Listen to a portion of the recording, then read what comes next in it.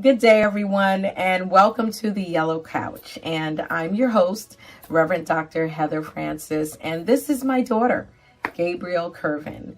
And today we're going to give you part one of understanding and debunking stereotypes surrounding mental illness. And in this episode, we're going to take a look at dissociative identity disorder. And my daughter Gabrielle is going to define it and she's going to describe it. And then in part two, she's going to talk about some of the common misconceptions and questions that surround this disorder. I believe this is really relevant right now, even with what's going on with the pandemic. People who suffer from mental illness, they could be a little bit worse. So I think that this is really going to be a very educational program. Understand that my daughter Gabrielle is not a professional. She does not claim to be an expert in the field of psychology. All of the information that she's going to be giving you in these programs come from what she's been taught as a psychology major in university. So sit back, relax, and enjoy as Gabby takes over talking about dissociative identity disorder. Take it away, Gabby. Okay, so dissociative identity disorder. What is a dissociative disorder? So first we're going to talk about what that means. And there are multiple dissociative disorders, but they all fall under the same category of a group of disorders, including dissociative amnesia, dissociative identity disorder, and depersonalization/derealization disorder, all of which involve some sort of dissociation or separation of a part of the person's consciousness, memory, or identity. Now, specifically, dissociative identity disorder, or DID, is a condition in which two or more relatively independent personality states appear to exist in one person. Wow. Yes. So, according to the DSM-5, those with... Now, what's the DSM-5? The DSM-5 is what you use to properly categorize and define disorders. Okay. It keeps you up to date. Okay. I don't have the proper definition of it, but that's the general gist of what it is. Mm-hmm. So according to the DSM-5, those with DID have a disrupted sense of self and show alterations in behaviors, attitudes, and emotions when these alternate personality states occur. So the alternate personalities, they're known as, those are alters, right? When those are alters. Okay. So a term that is most, I guess, easy for people to understand and is widely used is multiple personality disorder. So this disorder used to be called multiple personality disorder, but according to the DSM-5, now it is called dissociative identity disorder. But why would they change it? Because it's more, they think, I'm not a professional, but it's more like, it's not multiple personalities, it's multiple personality states, which is different than having multiple personalities.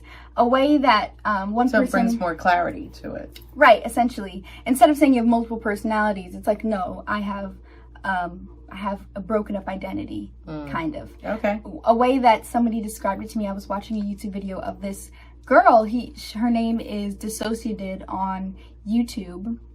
And she described it as like if a piece of glass fell on the floor, that's, you know, like those would be the different alters. But it's still one mirror. Wow. Or okay. one piece of glass. That's a great analogy. Right. So some of the common symptoms with this disorder in particular are memory loss or amnesia of certain time periods, events, people, and personal information. So this can be lapse of time. I know for some people this could be a good example. If you've ever seen the movie Frankie and Alice. That was a very good movie. Halle Berry. Yeah, Halle Berry. Really good movie. And it's a true story. Yeah. Yeah. And she had two personalities, or three. I can't remember. I think she had a few. It was a few. Yes. Yeah. I don't remember it off rip, but she would lose time. Right. I think she was a dancer at night, and she like wouldn't remember her days at all. But she would be out and about, but her different alter would be fronting, so then she would have, lost time. Yeah, and one of her personalities was a Caucasian woman, which that blew me away because she's an African American woman, but one of her alters was a Caucasian. And when she looked in the mirror, I loved how they depicted it in the movie, because when she looked at herself, she saw an actual Caucasian woman, even though she was an African American. So this is a real thing. Like, Yeah. it's very real to that person, and that's why it should be taken very serious. Yes. So another common symptom is a sense of being detached from yourself and your emotions, which I didn't know was actually a common symptom of dissociating, but it seems as though throughout all of the dissociative disorders, that is a common theme of feeling detached, which is that sense of dissociating, because to dissociate means to sort of separate from yourself. Some people even feel like they're watching their body, like they're not even in their body, which is very interesting. So now we can talk about these alters, which I have a question. Oh, yes. Is it that the person is protecting themselves? Because I kind of looked at some videos to prepare myself for talking about this, and I realized with looking at people who had alters, almost every single one of them had one of the personalities was there to protect the person, and I found that really interesting. And we're gonna get there. That's just what I was getting into. Okay. So alters have roles.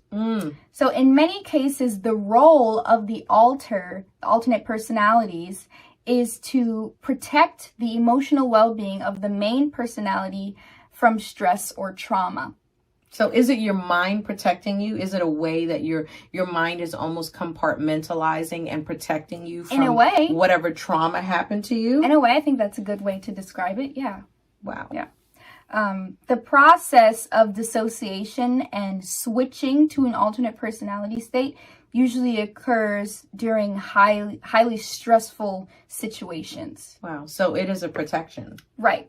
So some people develop alters when they're very small and they go through abuse. There are case studies that sometimes it happens after you're in an abusive relationship, or, something traumatic happens to you, and that your brain kind of protects yourself and builds this alternate personality to deal with the thing that you can't deal with. Wow. That's your mind is powerful. Very. Yeah. So the alters often make their appearance to help deal with difficult situations faced by the primary personality. And for an example, I have a case study, this is not a case study, but it's just an example used in my textbook, and I'm going to give it to you guys. So it says, for example, Kristen, a 19-year-old, reported being overwhelmed with stress during interactions or confrontations with her peers or parents. Her primary personality was compliant, depressed, and helpless, even to the point of depending on her mother's advice as to what to wear. Zach was the alter who displayed anger and aggression. She spoke with a clear, forceful voice, defined herself as a lesbian, and served as Kristen's protector. Wow. During childhood, when Kristen was bullied by other children, Zach would appear to make them stop.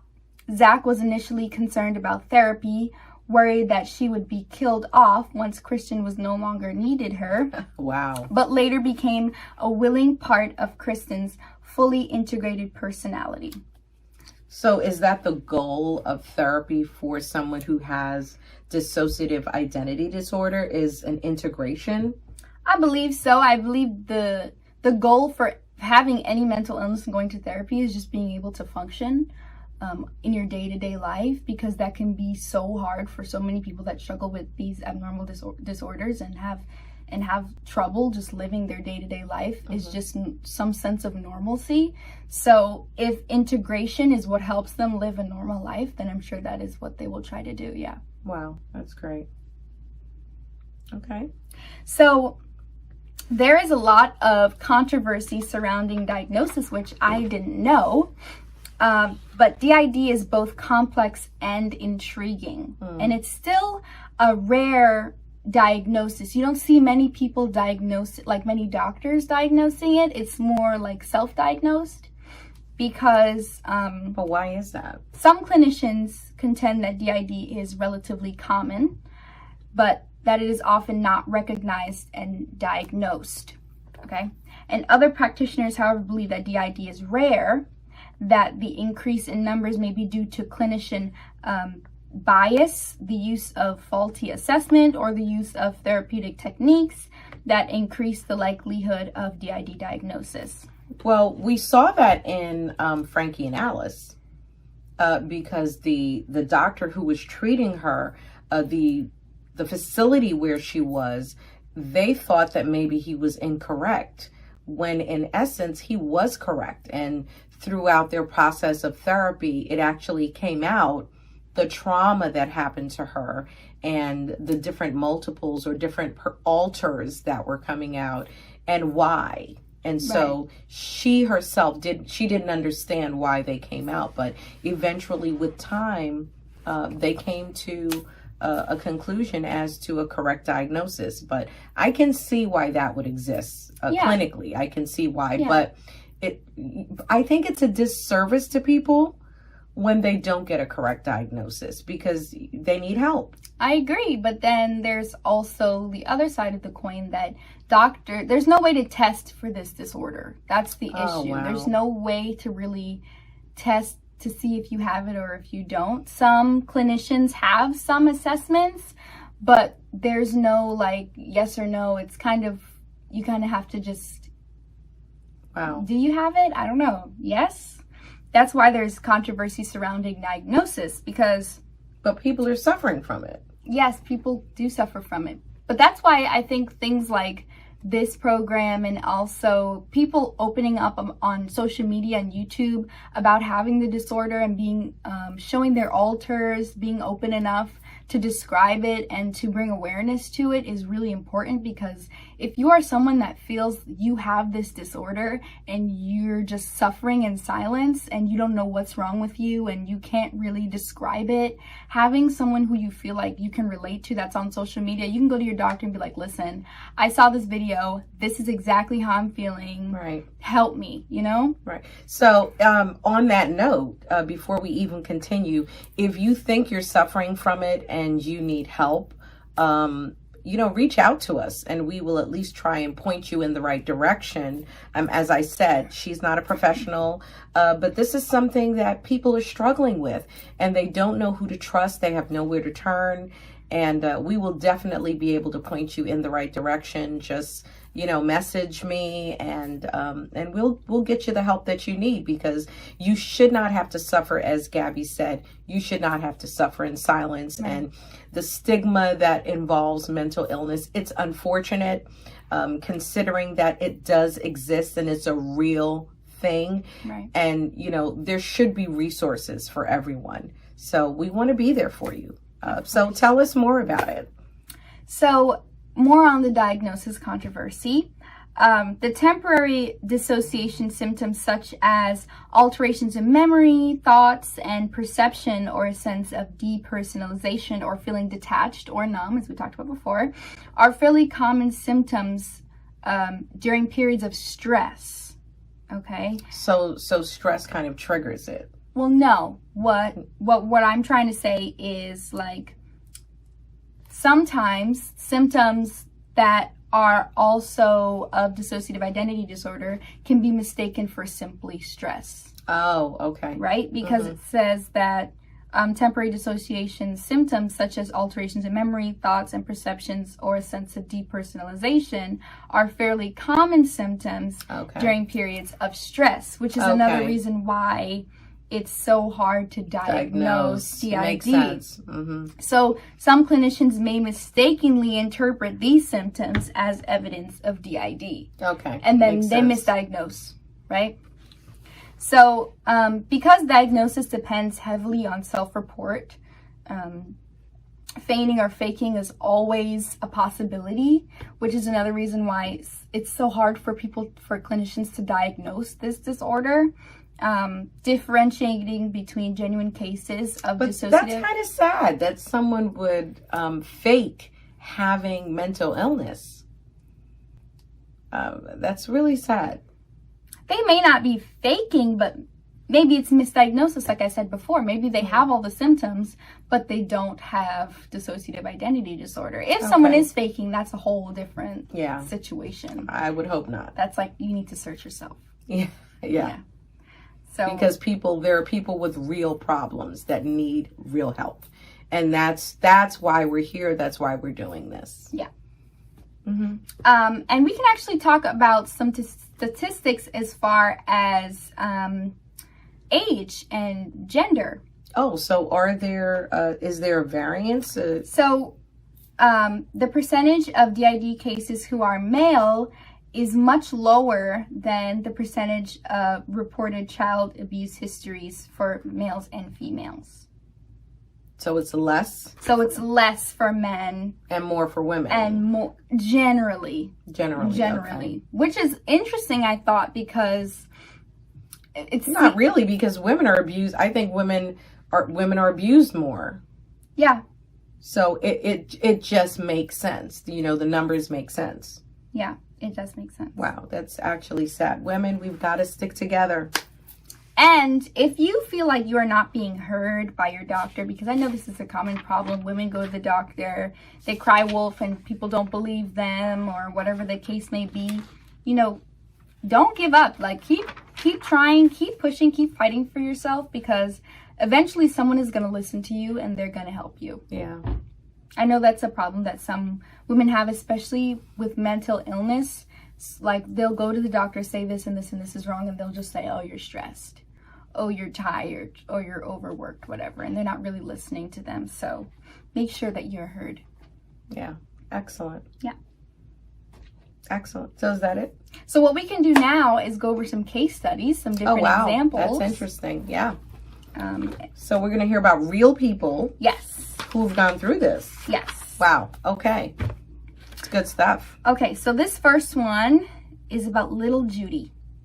Okay. Little Judy is a young child who laughs and giggles. Gravely voice is a man who speaks with a raspy voice. The one who walks in darkness is blind and trips over furniture. Wow. These are her alters? Yes. Wow. Big Judy is articulate, competent, and funny. These are 4 of the 44 personalities that exist within Judy. How many? 44. Wow. 44 personalities that exist within Judy Castelli. And this is a real person? This is a case, yes. Wow. She was initially diagnosed with schizophrenia, misdiagnosis, but was later told that dissociative identity disorder was the appropriate diagnosis. She is a singer, a musician, an inventor, and an artist who has also become a lay expert on mental health issues. Wow. Yeah. So it is possible to live a normal life and still deal with these mental illnesses. It's possible. I find it interesting how her struggle has turned out to be her profession, because that's basically what happened. Now you said she's a singer, musician, and inventor, and she's become a lay expert on mental health issues, and I hate to say this, but I think it's true that God doesn't waste any experience that you go through in your life. And everything that you go through, it's to help or assist someone else who's coming behind you. They're dealing with something, and because you found the courage to face it and to deal with it, and now you've gotten information, you can help someone else. So that's big. I agree. Wow. Definitely, you don't go through something only for yourself. There's always another reason. Yeah. So another case study we can go through a few. Really interesting stuff. Okay. Awesome information, by the way. Awesome. Okay, so here is a former NFL star and Heisman Trophy winner, Herschel Walker. You may be familiar with him. He is a dissociative identity disorder carrier. He has dissociative identity disorder, and he has a book about his ongoing struggle with dissociative identity disorder and his efforts to integrate his 12 alters.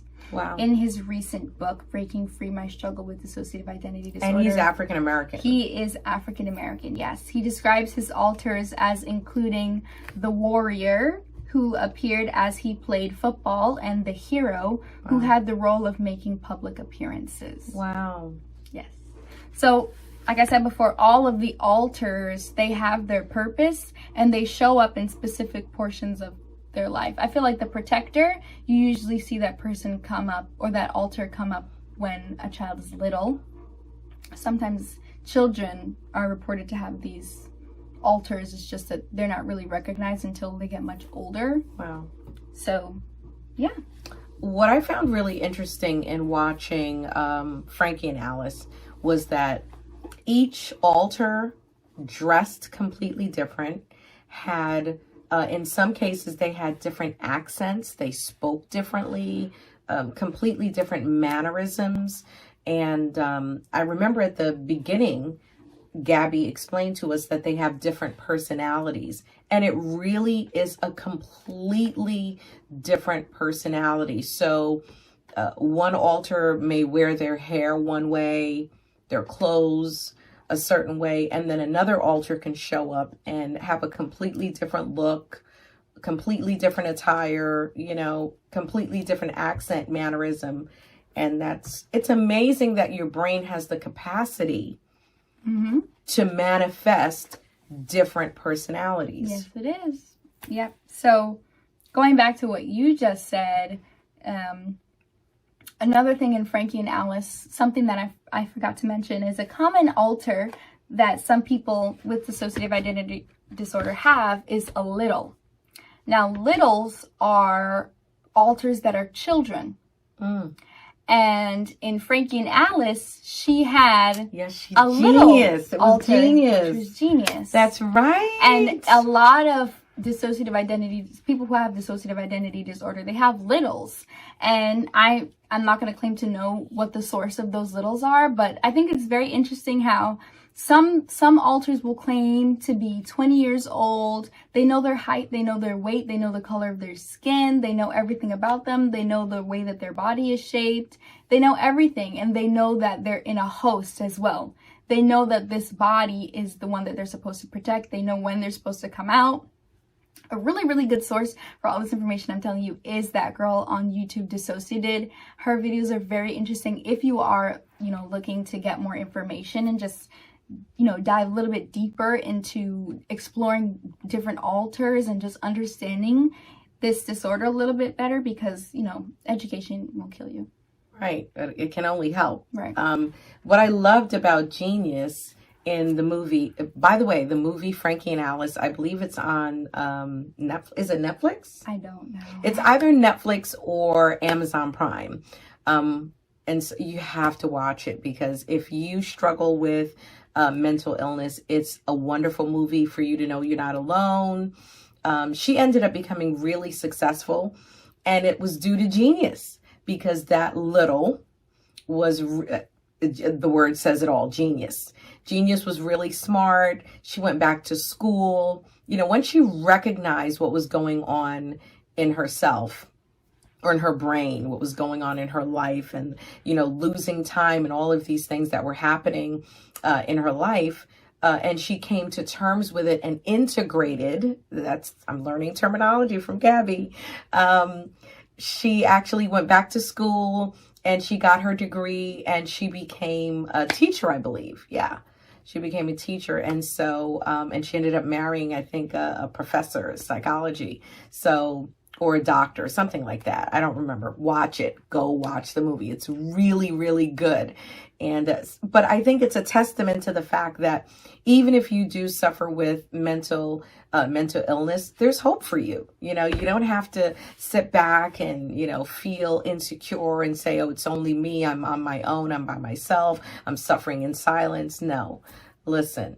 You can overcome this. You can learn to deal with it and function and become a productive member of society, go back to school, and have a life and have a future and believe that it can happen. Yeah.